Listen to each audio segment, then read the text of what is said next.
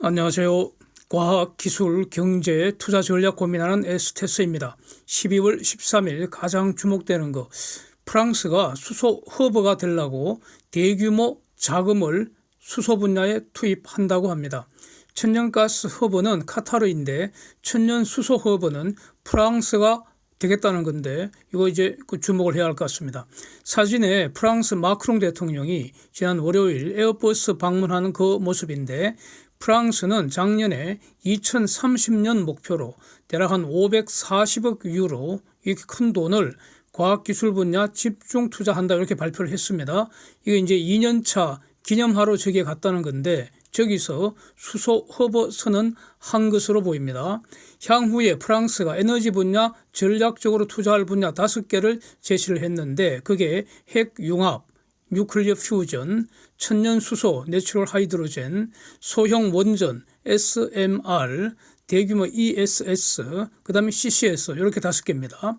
그래서 이들 분야에서 아주 야무진 꿈을 펼치고 싶다는 겁니다. 스피드업, our breakthrough innovation, 혁신 기술 개발을 가속하겠다는 겁니다. 하여튼 이제 프랑스가 혁신 기술 개발하면 우리도 덕을 보는 거 아니겠습니까? 모든 사람이 덕을 보는 거니까. 근데 이제 수소 이외에 4개 분야 잠시 먼저 리뷰를 하고요. 수소 관련 본격적으로 한번 얘기를 해보겠습니다. 기술이라는 것은 목적을 위한 많은 수단에 불과합니다. 그리고 기술들 간에는 상호 대체 관계가 있죠. 그래서 무등 기술이 등장하면은 열등 기술은 사라집니다. 이런 사례는 셀 수 없이 많습니다. 지금도 진행되고 있다고 보고요. 프랑스가 발표한 저 5개 분야 중에서 당장 그리고 앞으로 수백 년간 큰 돈 벌어줄 수 있는 거는 제가 볼 때는 압도적으로 그 우위에 있는 것이 천연수소 아닌가 저는 이렇게 보이고요. 이 경우에 가령 ESS 같은 거 저런 거 그 대규모 에너지 저장 장치인데 저거는 최악의 쓰레기 기술로 저는 보입니다. 그래서 저게 왜 저기서 갑자기 툭 튀어나오는지 상당히 저는 신기합니다. 그 다음에 천연수소 사용이 증가할수록 탄소 포집 필요성은 감소하게 됩니다. 이거는 어쩔 수 없습니다. 이것도 뒤에서 자세히 볼 텐데 그래서 이 CCS 산업도 여전히 중요하지만 그러나 상대적으로 점점 앞으로 덜 중요해지지 않겠나. 이걸 일단 먼저 지적을 하고요. 이제 차례대로 한번 보면은 핵융합은 저는 언제나 중요하다고 봅니다. 그리고 기본적으로 언제나 국가 연구개발 투자 우선순위라고 봅니다. 그러니까 핵융합은 이거 단기에 돈 버는 게 아닙니다. 저거는 수십 년간 앞으로 돈을 계속 투입해야 될 분야입니다. 그래서 저는 저 50년 내에 상용화되기 힘들다는 입장이고요. 그래서 한 국가 차원이 아니라 여러 국가가 힘을 합쳐서 국제 컨소시엄으로 지금 연구되고 있는 거 아닙니까? 인공태양 프로젝트가 저거 아닙니까? 핵융합. 그래서 저 핵융합은 아직은 기업 차원에서 투자하기 힘들고 그래서 그러니까 당연히 우리 개인 투자자 입장에서도 관심 뚝 해야 된다 이겁니다. 관심 저런데 기웃거리면 안 된다는 거죠. 기술적 완성이 확인된 후에도 아직은 기술적 완성도 확인 안 됐습니다. 그런데 기술적으로 완성됐다 하더라도 중요한 건 이제 상업화 시켜야 되는데 그 전에 그걸 위해서 상업화를 위해서 가장 중요한 건 뭡니까? 원료가 안정적으로 대량 공급될 수 있어야 되잖아요. 그 원료, 중수소 같은 이런 건데 그거를 위해서 경제성 평가 별도로 한 번 더 해야 합니다. 그러니까 첩첩산중이다. 그러니까 개인 투자자들이 핵융합에 관심 갖는 건 아니다 이런 겁니다. 그래서 핵융합 중요합니다. 중요하지만은 저거는 어디까지나 세금을 투입해서 앞으로 적어도 한 50년간 계속 국가 차원의 연구개발할 주제다. 그래서 가치 있는데 배치해서는 안 된다 이런 의견이고요. 그 다음에 4세대 원자력 기술을 사용하는 게 소형 모듈 원자력 분야 아닙니까? 스몰 모듈러 리액터가 원자로니까 SMR이죠. 그래서 이게 지금 6개 후보 모델이 지금 수십 년 전에 알려졌죠. 그래서 전 지구적으로 거의 대부분의 국가들이 어떤 연구 역량이 조금이라도 있는 나라들은 전부 다 저거 한두 개씩 다 지금 하고 있습니다. 지금 수십 년 됐습니다. 이게 자세한 거는 이전에 영상에서 제가 많이 다루었는데 언제부터 했는지는 정확하게 기억에 남아있지 않아서 그냥 수십 년 된 건 확실하죠. 그래서 그중에 특히 저는 토륨을 핵 연료로 사용하는 토륨 용융염 원자로 MSR, molten salt reactor, 요거 토륨 molten salt reactor, 여기에 저는 이제 주로 주목을 해서 관련 영상을 이렇게 많이 올려두고 있습니다. 여기서 소형 원전은 무탄소 에너지원이라는 점이 매력입니다. 그게 가장 큰 그 장점인데, 그러나 여전히 핵 폐기물에서 자유로울 수가 없습니다. 핵 폐기물 적게 나오지만 나온다는 겁니다. 그 처리하기 아주 힘들다고요. 골치 아픕니다. 그래서 만약에 천연수소가 지금 기대하는 것처럼, 천연수소에서 지금 그 기대하는 게 뭡니까? 두 가지로 제가 정리를 하면은, 현재 전 지구적으로 수소를 한 연간 1억 톤 사용하는데, 이거를 앞으로 많이 늘어나서 연간 한 5억 톤씩 200년간 사용할 수 있는 수소가, 즉 대략 채굴을 할 수 있는 수소가 땅속에 한 1000억 톤 가량 있다는 겁니다. 1000억 톤 정도를 채굴할 수 있다. 이 1000억 톤이라는 게 매장된 총 수소량의 대략 한 1% 정도 되는 거 아니냐, 뭐 이렇다는 거죠. 이게 그 미국 지질조사국의 리포트 내용이고요. 두 번째 중요한 거, 그러니까 미국 천연수소 탐사 스타트업 중에 좀 유명한 기업이, 그러니까 콜로마라는 회사가 있고요. 그 다음에 그 내추럴 하이드로젠 에너지라는 회사도 있고 그렇지 않습니까? 그 중에 콜로마라는 이 스타트업은 빌 게이트의 그 혁신 벤처 회사가 9,100만 불 투자한 곳이죠. 그리고 또 여러 벤처들이 이어서 투자한 그런 회사입니다. 이제 콜로마가 주장하는 것은 뭐냐?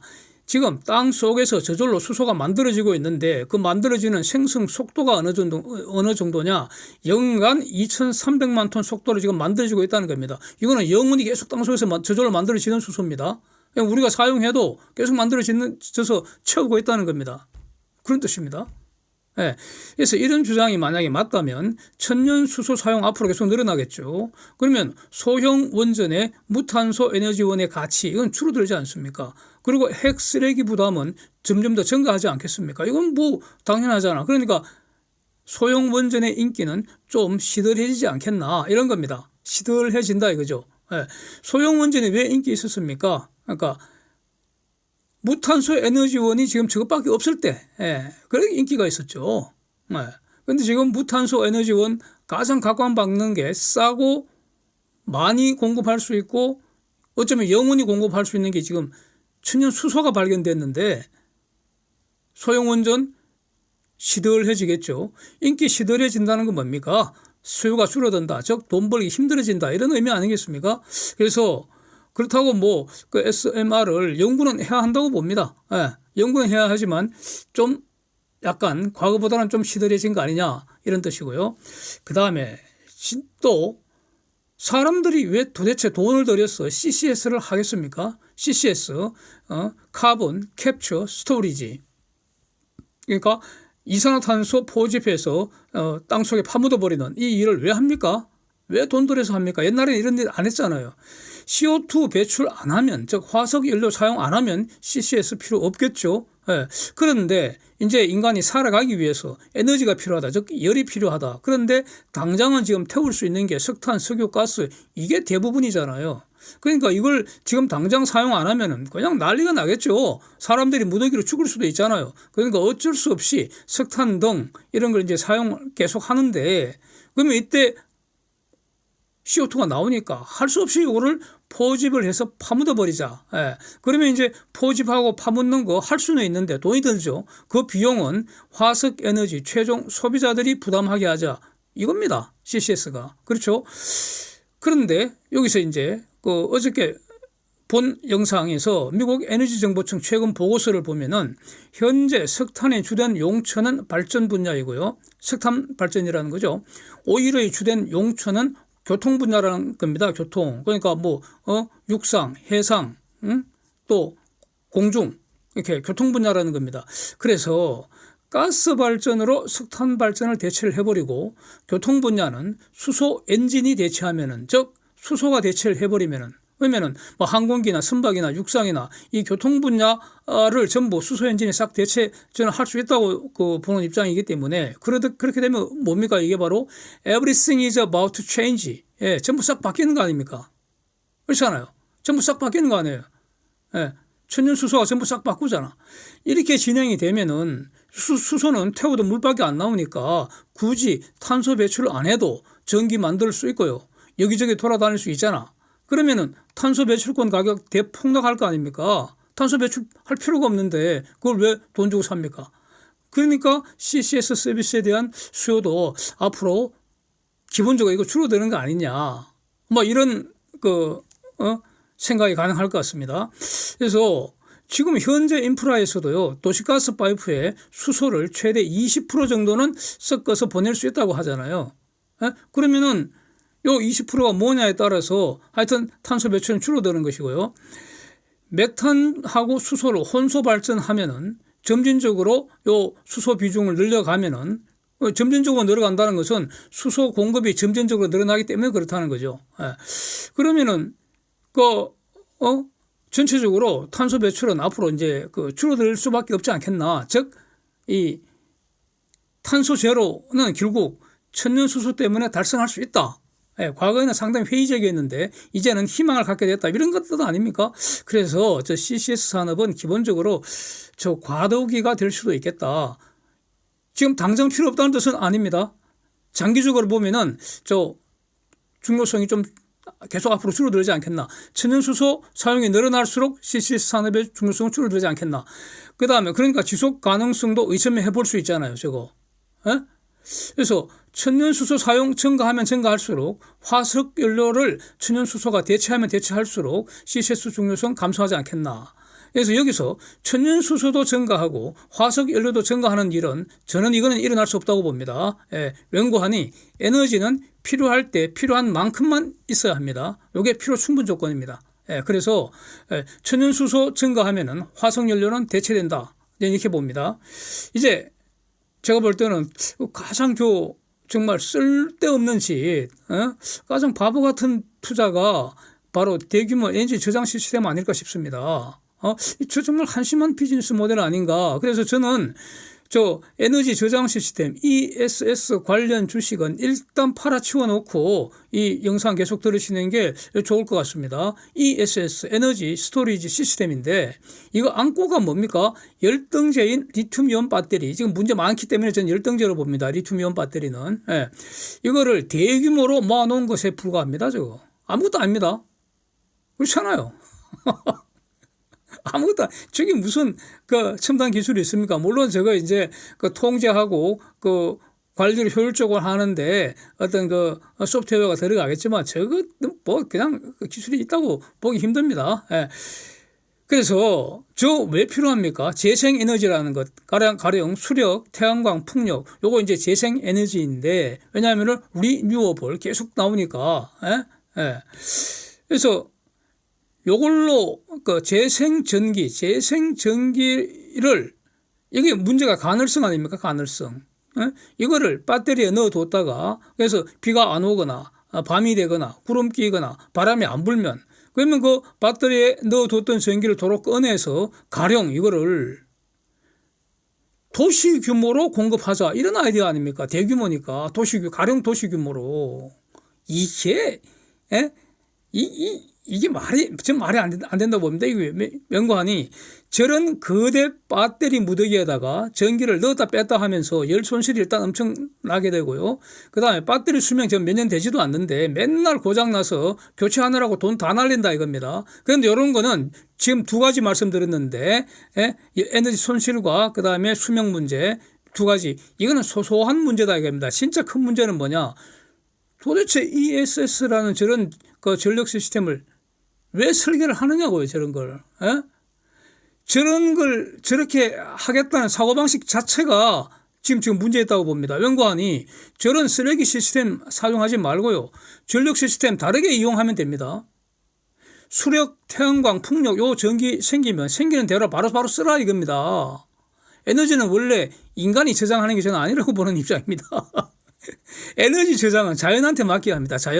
자연적으로 공짜로 저절로 맡기면 됩니다. 가령 해가 뜨면 광합성 하게 되는데 이거 본질은 태양에너지 저장 시스템이고요. 돈도 안 들고요. 공장 지을 필요도 없고요. 사람 채용할 필요도 없습니다. 해가 뜨면은 해수가 증발해, 바닷물 증발하잖아. 예. 그럼 구름이 되어서 또 돌아다니다가 비가 오는 거. 그게 또 에너지 저장 시스템입니다. 일종의 에너지 순환 시스템이라고요. 이런 게 전부 다. 이거 최고의 효율로 돌아가는 하나님의 공장이고요. 인간은 공짜로 저거 누리기만 하면 됩니다. 가령 비가 오면 땅 속에 들어가서 지하수가 되고 그게 이제 수소로 변한다고 하지 않습니까? 예? 그 용어가 뭐죠? 세르펜티니제이션. 예. 예. 제가 이전 영상에서 여러 번 말씀드렸습니다. 그래서 태양광, 풍력, 수력 이런 걸로 전기가 나온 거, 그거는 전기 생기면 고맙다. 그리고 가장 먼저 사용해버리고요. 대신에 가스 발전, 수소 발전 줄이면 되잖아. 이게 낫잖아요. 딱 필요 없는 거 아니에요, 저거. 가스, 수소, 이게 바로 뭡니까? 이게 바로 자연의 에너지 저장 시스템이잖아요. 가스, 수소에 에너지가 들어가 있다고요, 지금. 이거 저장돼 있다고요. 그거 꺼내서 쓰는 게 태우는 거 아닙니까? 예.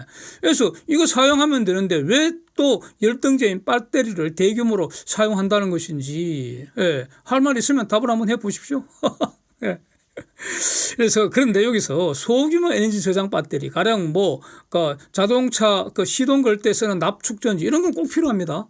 예, 그것도 쓰는 거죠, 그때만. 예, 일종의 장작불, 모닥불 붙일 때 성냥 필요하잖아, 처음에. 그런 용도라고요. 예, 모바일 전자기기용, 가령 휴대폰 같은 거, 노트북 같은 거 이런데 배터리 이런 거는 마땅히 지금 대체제가 없습니다. 소규모고요. 그래서 여기서는 에너지 손실 난다 해봤자 아무것도 아니고 무시해도 되잖아. 예. 그러니까 필요하다고 이럴 때는. 그러나 대규모 에너지 저장 장치 이런 거는 전혀 필요 없다. 저는 이렇게 정리하겠습니다. 그럼 남는 게 지금 뭡니까? 프랑스 천재들이 속닥속닥해서 내놓은 그 메뉴 5개. 즉, 향후 프랑스가 국가 전략으로 투자하겠다는 그 프로젝트, 핵융합, 천연수소, SMR, ESS, CCS. 여기서 의미 있게 남는 것은 지금 천연수소뿐인 것 같다 이겁니다. 그렇지 않습니까?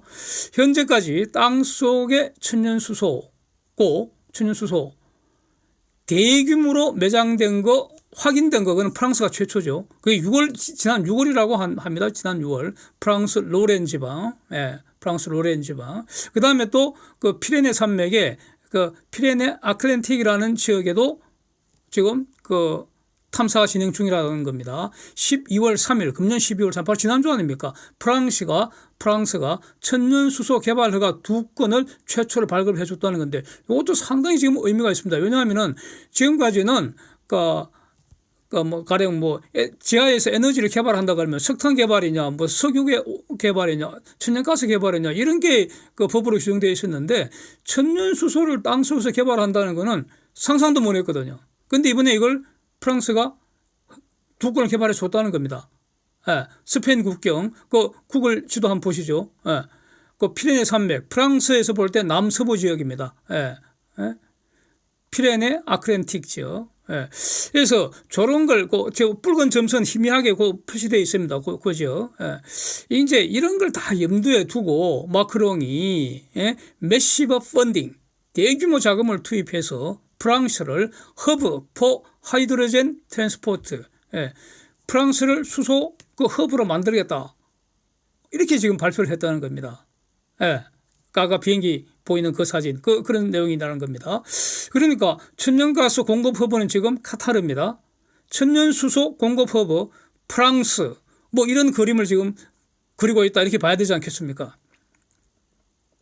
이제 수소 시장을 한번 보면은 현재 수소 시장은 연간 한 1,200억 불, 그 다음에 물량은 한 1억 톤 생산 소비한다고 합니다. 이 중에 그린 수소라는 거, 이거는 1% 정도밖에 안 된다. 다른 수소 거의 대부분, 99%의 수소는 거의 대부분 메탄을 개지를 했거나, 즉 천연가스가 원료라는 겁니다. 그래서 제가 이런 것 때문에 이전 영상에서는 제가 수소 쓰면 쓸수록 메탄가스 다 더 쓰게 된다. 수소 경제가 아니라 메탄 경제다. 저는 이렇게 평가를 했던 것인데, 물론 이제 부생수소라는 것도 있고요. 그러니까 이 말은 지금의 1억 톤 수소 생산 소비하는 것 저기에는 대부분은 수소 만들 때 탄소도 나온다 이런 뜻입니다. 무탄소 에너지 원화라고 할 수가 없다 이겁니다. 지금은. 그렇잖아요. 그런데 이제 어쨌든 1억 톤 1,200억 불, 저걸 기초로 골드만삭스가 더듬어 본 숫자가 있습니다. 골드만삭스 2030년 2,500억 달러, 2050년 1조 달러로 수소시장 성장할 것 같다. 즉 골드만삭스도 앞으로 수소시장이 고도 성장한다 이렇게 봤는데, 제가 볼 때는 골드만삭스의 저 숫자는 100% 틀릴 것이다 이렇게 본다 이겁니다. 왜 그렇습니까? 천연수소 지금 고려 안 돼 있습니다. 예, 그러니까 골드만삭스는 기본적으로 틀릴 운명입니다. 제가 골드만삭스 엄청 깝니다. 예, 특히 천연가스 시장 전망하는 거, 제가 골드만삭스 전망 나올 때마다 제가 깠습니다. 제가 한 3년 정도 됐습니다. 거의 다 제가 맞았습니다. 골드만삭스가 잘 틀립니다, 저거. 네. 저 영상 다 남아 있습니다. 네. 그래서 골드만보다도 제가 더듬는 게 더 의미가 있을 거다 이겁니다. 제가 한번 더듬어 보죠. 21년 기준으로요, 에너지 시장 규모 보면은 석탄이 대략 한 8,040억 달러, 오일이 한 3조 1,500억 달러, 가스 시장, 천연가스 시장 대략 한 1조 700억 달러입니다. 이거 돈으로 싹 더해보면은 대략 한 5조 달러 된다 이겁니다. 예. 이 정도로 커질 가능성을 저는 열어두겠습니다. 일단, 예. 제가 아직 본격적으로 더듬지는 않았고요. 대략 일단 요렇게, 예. 아마 골드만삭스보다는 제가 더, 수긍이 될 것 같습니다. 저는 제가 더듬은 것에 베팅합니다. 예. 자, 프랑스를 수소 허브로 만들고 싶은 이 꿈, 핵심은 결국 수소를 수출을 해야 될 거 아닙니까? 예. 이거 언제 가능하겠나? 이게 이제 관심사 아닙니까? 그래서 지금 저 보도를 보면은 우선 연산 한 300만 톤 규모 천연 수소 공장을 지금 상정을 하고 있는 것 같은데, 중요한 거 28년 이전에는 힘들다고 하네요. 예. 이것도 매우 타임 라인, 시간표가 처음으로 제시됐습니다. 28년 이전에는 힘들 것 같다. 그러니까 그러면은 한 29년경, 30년 이전에는 이제 기대할 수 있잖아요. 이 정도면 빠른 거죠. 예. 그때까지는 결국 LNG 전성시대 이어지는 거고요. 예. 어차피 LNG하고 수소는 상당 기간 공존할 수밖에 없는 그런 운명이기 때문에, 그래서 한 30년 이전에 수소 수출이 이루어지면은 늦은 건 아니라고 저는 생각합니다. 그래서 그런데 문제는 수출하려면 미리 할 일이 있죠. 미리 준비해야 하는 수소 인프라가 있습니다. 일단 해안까지 수소 파이프를 묻어갖고 해안으로 수소를 갖고 가야 되고요. 가스 상태로. 그 다음에 수출 터미널을, 그러니까 수소 수출 터미널을 만들어야 합니다. 그게 바로 액화하고 저장하는 설비죠. 그게 수출 터미널이고요. 그 다음에 선박이 있어야죠. 선박. 즉 액화수소 운반선, 리퀴파이드 하이드로젠 캐리어 LHC, 이렇게 이름 붙이면 되겠습니다. 제가 이렇게 붙였습니다. 액화수소 운반선 LHC 필요합니다. 그리고 이것도 수소 추진 방식으로 해야 되는데, 예? 수소 추진 방식은 기존에 만 에너지 솔루션 같은 데서 이미 필요하면 금방 만들어 내리라고 봅니다. 그거는 핵심이 아니라고 보고요. 예. 그 다음에 수입국에서는 수입 인프라가 준비되어야 합니다. 수입 터미널. 이게 바로 수소 저장 탱크 아닙니까? 이걸 미리 갖추어야 하는 거죠. 이런 것들을 이게 딱 시간표를 딱 짜서 일사불란하게 동시에 시스템적으로 착착 진행이 돼야죠. 예.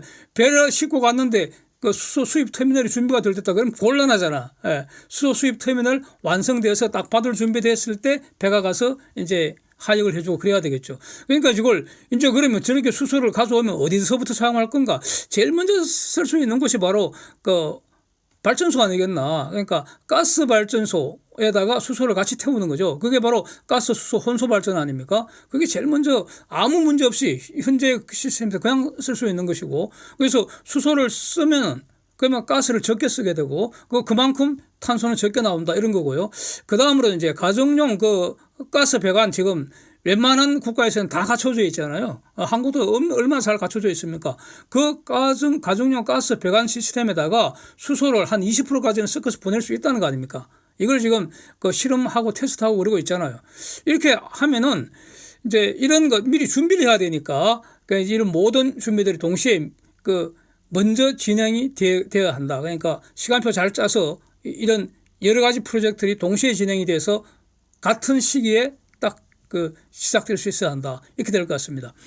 K조선 입장에서는 과연 언제 액화 수소 운반선 세계 최초로 수주할 것인가? 이게 이제 관심사 아니겠습니까? 예. 삼성중공업 같으면은 그 보도 보시는 것처럼 21년, 22년 이럴 때 그 수소 운반선, 그 다음에 수소 화물창 이런 거 이제 개발했다, 성급 승인 받았다 이런 내용으로 이제 보도가 됐습니다. 이거 보면은 삼성중공업이 좀 앞서 있는 것 같기는 한데 아직은 그 본격적으로 안 하고 있겠죠. 그래서 지금부터 이 화물창 부분 중요하잖아요. 화물창 이게 핵심이잖아. 예. 그 다음에 수소 운반선, 그 다음에 수소 추진선, 이게 그 엔진, 수소 엔진이 있다고 했을 때 거기에 대해서 연료 공급 시스템이나 이런 그 수소 엔진을 기반으로 선박을 다시 설계해야 하니까 이런 거, 요거 더 완벽하게 잘 준비를 하고 이렇게 준비한 상태에서 그 잠재적인 수출 국가들, 즉 호주라든가 미국도 가능할 것 같은데, 그 다음에 프랑스는 지금 그 수소 허브 되겠다고 선언한 상태로 보이니까 이런 잠재적인 그 수출 국가들하고 미리 사전 마케팅 잘 해야 되지 않겠나, 뭐 이런 그 의견이 강하게 제기됩니다. 그래서 삼성중공업이 세계 최초로 액화 수소 운반선 수주 공시를 하고 수소 화물창도 최고 성능으로 최초로 독자 개발했다. 이런 뉴스 그냥 도배되기를 바라겠습니다. 예. 아주 승환이한테 특별히 부탁하고 싶습니다. 예. 감사합니다.